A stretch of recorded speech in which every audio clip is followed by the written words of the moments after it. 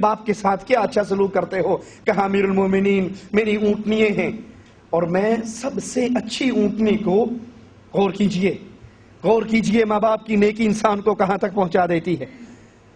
کہا سب سے زیادہ دودھ والی اچھی اونٹنی کو رات کو ریت کے اوپر بٹھا کر اس کے گھٹنے کو باندھ دیتا ہوں، اس کا دودھ کا دہانا ساری رات ریت پہ لگا رہتا، ساری رات اس کے گھٹنے بندھے ہوئے، وہ کھڑی نہیں ہو سکتی، ریت پہ بیٹھی رہتی ہے۔ اب جو ٹھنڈے ریت پہ بیٹھی رہے گی تو اس کا دہانا ٹھنڈا ہوگا یا نہیں؟ اس میں دودھ ٹھنڈا ہوگا۔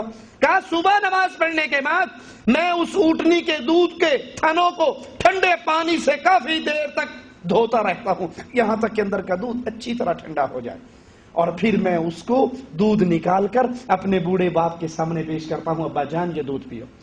امیر المومنین رضی اللہ عنہ کہتے ہیں یہ سارا میرے لیے کر کے دو، ابھی کر کے دو۔ وہ کہنے لگا امیر المومنین ہزاروں میل کا سفر کر کے آیا ہوں، مجھے اپنے بوڑھے باپ کی شکل تو دیکھنے دو، میں باپ کے گلے تو میں لکا نہیں، پہلے یہ کام کرو پھر تجھے تیرے باپ سے ملنے دوں گا۔ اس کو وہ اٹھتا ہے، اونٹنی لیتا ہے، بہت دیر تک ٹھنڈے پانی سے اس کے دہانے کو دھوتا ہے، اس کے دودھ کو ٹھنڈا کرتا ہے، اور پھر ایک برتن میں دودھ نکالتا ہے۔ جب وہ دودھ نکال کے امیر المومنین کے پاس آ جاتا ہے، امیر المومنین کہتے ہیں اس کلاب کو فلاں کمرے میں بند کر کے تالا لگا دو۔ وہ کہتا ہے امیر المومنین باپ سے تم کہا کسی سے نہیں ملنے دینا، اسے بند کر دو، کمرے کے اندر بند کر کے کنڈی لگا دو۔ پھر اس کے بوڑھے نابینا باپ کو بلاتے ہیں، امیہ سے کہتے ہیں تیری کیا تمنا ہے؟ کہا میری تمنا یہ ہے کہ میں جلدی سے جلدی مر جاؤں، بوڑھا ہوں، باپ ایک بچہ تھا میرا جو میری خدمت کرتا تھا، میرے سامنے کھانا رکھتا تھا، مجھے بیت الخلاء میں لے کر جاتا تھا، 24 گھنٹے میرے آگے پیچھے رہتا تھا، اس کی خوشبوئیں سونگھ کر میں راضی رہتا تھا، اس کو اپنے سامنے دیکھتا تھا، اس کی محبت میرے اندر ٹھاٹھے مارتی تھی۔ اب عرصہ ہو چکا ہے، بیٹا بھی مجھ سے جدا ہو گیا ہے، اب بیٹے کی جدائی مجھ پہ اتنی شاق گزری ہے، اب تو جی چاہتا ہے کہ فوراً مر جاؤں۔ کہا نہیں، کوئی نہ کوئی خواہش تو ہوگی مرنے سے پہلے۔ کہا مرنے سے پہلے خواہش ہے کاش میں اپنے اس بیٹے کو مل سکوں، کاش میں اپنے بیٹے کو گلے لگا سکوں، کاش میں اپنے بیٹے کو پیار کر سکوں، کاش میں مرنے سے پہلے ایک مرتبہ اپنے بیٹے کو دیکھ سکوں۔ کہا اچھا وہ بیٹے کے ہاتھوں کا نکلا ہوا دودھ؟ امیر المومنین کہتے اچھا یہ دودھ پی لے، اپنے جسم میں تیرے میں کچھ طاقت آئے۔ کہا اللہ کی قسم مجھے اس دودھ کی حاجت نہیں، میں زندہ رہنا نہیں چاہتا تو دودھ پینے کی مجھے کیا حاجت؟ امیر المومنین کہتے ہیں تجھ پہ اللہ کی قسم ہے کہ یہ دودھ پی۔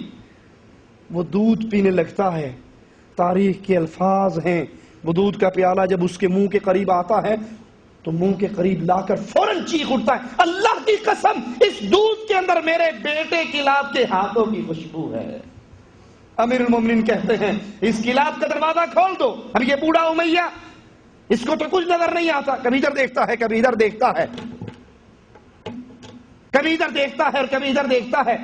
اچانک کلاب دروازے سے باہر نکلتا ہے اور اس کے گلے لگ جاتا ہے۔ دونوں باپ بیٹا اتنی محبت سے ایک دوسرے کو ملتے ہیں جیسے وہ دونوں ایک ہی جسم ہو، اب ان کو کوئی دنیا کی طاقت جدا نہیں کر سکتی۔ امیر المومنین رضی اللہ عنہ وارضا کلاب سے کہتے ہیں اگر جنت چاہتا ہے، اگر جنت کا طالب ہے، ان بوڑھے ماں باپ کی خدمت کر، ان کے قدموں کے نیچے تیری جنت ہے جس جنت کے تلاش میں تو میدان جہاد کے لیے نکلا تھا۔ ماں باپ کی خدمت انسان کو وہ مقام دلواتی ہے، عزت کے وہ راستے کھلتے ہیں، اللہ کے ہاں درجات وہ عظیم ملتے ہیں جو شاید کسی اور عمل کے ذریعے نہ ملتے ہوں۔ حضرت عمر رضی اللہ عنہ وارضا اس کو حکم دیتے ہیں اپنے بوڑھے ماں باپ کی خدمت کر، ان کی خدمت کے اندر تیری جنت ہے۔ بعض لوگ عمر کے ابتدائی حصے میں ماں باپ کے ساتھ اچھا سلوک کرتے ہیں، خاص طور پہ جب تک آدمی کی شادی نہیں ہو جاتی۔ شادی سے پہلے پہلے وہ ماں کا بھی خیال کرتا ہے، باپ کی باتیں بھی مانتا ہے، ان کا بھی خیال کرتا ہے، اور جو ہی شادی شدہ ہو جاتا ہے اللہ محفوظ رکھے تو رکھے، اکثریت شادی کرنے کے بعد ماں اور باپ کو بھول جاتی ہے، وہ بیوی کی پٹیاں پڑھ کر سسرال والوں کی خدمت میں لگا رہتا ہے۔ مجھے یاد ہے ہمارے گاؤں کا ایک شخص اکثر میرے والد رحمت اللہ علیہ کے پاس آیا کرتا تھا اور ان سے کہتا تھا شاہ صاحب ساس کی خدمت کرنے کی کوئی حدیثیں سناؤ۔ ابو سے کہتے بے حیا تو ماں کی خدمت کر۔ کہا ماں کی خدمت تو بہت کر لی، اب بیگم گھر میں آ گئی ہے، ایک نئی ماں مل گئی ہے، ساس کی خدمت کے کوئی فضائل سنائیے۔ تو جب انسان شادی شدہ ہو جاتا ہے پھر وہ اپنے ماں اور باپ کی طرف سے اپنے ہاتھ کو کھینچتا ہے، سوائے اس کو جس کو اللہ اپنی حفاظت میں رکھے، وہ تو شادی کے بعد بھی اپنی بیوی کو لے کر بھی اپنے ماں باپ کی خدمت کرتا ہے، اس سے بھی کرواتا ہے اور خود بھی کرتا ہے۔ ایک اعرابی نے اونٹ ذبح کیا اور ذبح کرنے کے بعد جب اس کا گوشت بن گیا تو اپنی بیوی سے کہنے لگا کہ یہ جانور ذبح کیا ہے، یہ گوشت ہے، اس میں سے ایک ٹکڑا لو، پکا کر میری والدہ کو کھلاؤ۔ تو اس کی بیوی کہنے لگی کون سا ٹکڑا کھلاؤں؟ کہا پوٹھ کا گوشت بڑا اچھا ہوتا ہے، یہ کھلاؤ۔ کہا نہیں نہیں نہیں نہیں، پوٹھ کے گوشت میں نا چربی زیادہ ہوتی ہے اور آپ کی والدہ بوڑھی ہے، اس کے لیے ٹھیک نہیں رہے گا۔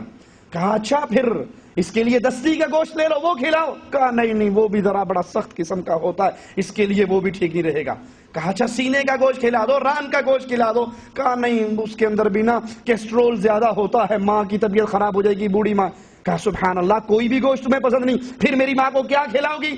کہا میں ہڈیاں اکٹھی کروں گی، اس گوشت کی ساری ہڈیاں، اور اس کو دیگچی میں ڈال کے پانی ڈال کے اس کو ابالوں گی، اور اس کا جو سوپ بنے گا نا وہ آپ کی والدہ کو پلاؤں گی، وہ بوڑھوں کے لیے بڑا اچھا ہوتا ہے۔ کہا اچھا ماشاءاللہ، میری ماں کو ہڈیوں کا وہ سوپ پلائے گی اور یہ باقی سارا گوشت؟ کہا یہ میں کھاؤں گی، آپ کھائیں گے، ہمارے بچے کھائیں گے، جو بچ جائے گا اپنے میکے میں بھیج دوں گی گھر والوں کا۔ اچھا قربانی میں کروں، جانور میں ذبح کروں اور اس کا سارا گوشت تو اور تیرے گھر والے کھائیں اور ہڈیاں میری ماں کو ملے، یہ ہڈیاں تجھے مبارک، ہڈیاں لے اور اپنے گھر کی طرف جاتی ہو، خلاص طلاق طلاق طلاق، میری طرف سے فارغ ہے۔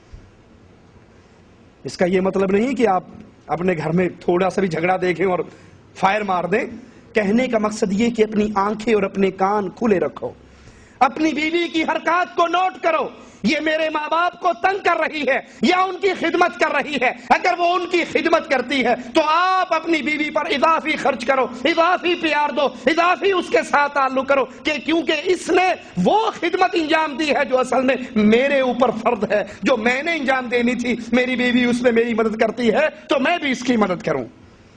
ایک عورت بیمار ہو گئی، ہسپتال میں داخل ہو گئی، سارے بیٹے اس کی آتے خدمت کرتے، بڑا بیٹا، ماں کو اکثر بڑے بیٹوں سے زیادہ پیار ہوتا ہے، سب سے بڑے سے اور سب سے چھوٹے سے۔ بڑا بیٹا ایک دو دفعہ تو آیا، اس کے بعد اپنے کاموں میں مشغول ہو گیا۔ ماں اپنے باقی بچوں سے پوچھتی ہے تمہارا بڑا بھائی کہاں ہے؟ کو امی وہ ذرا مشغول ہے، کسی کمپنی میں ہے، آ جائے گا، ڈیوٹی پہ رہتا ہے۔ کہا اس کی آواز ہی سنواؤ۔ کہا نہیں، آپ کا سلام ہم پہنچا دیں گے، بالکل ٹھیک ٹھاک ہے۔